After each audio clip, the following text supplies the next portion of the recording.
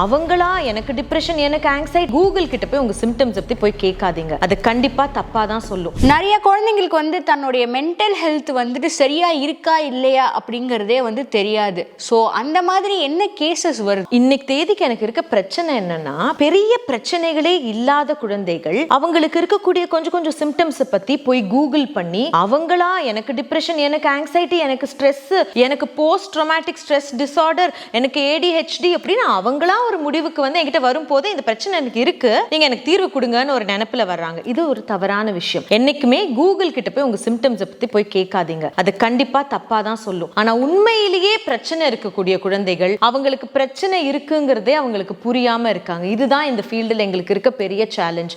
இதை பேரண்ட்ஸ் தான் ஐடென்டிஃபை பண்ணணும். என் குழந்தை நார்மலா இல்லை, என் குழந்தைக்கு ஹெல்ப் தேவை அப்படின்னு ஒரு குழந்தை கூட இருக்கிறவங்க தான் ஐடென்டிஃபை பண்ணி அந்த குழந்தைக்கு எடுத்து சொல்லி புரிய வைக்கணும்.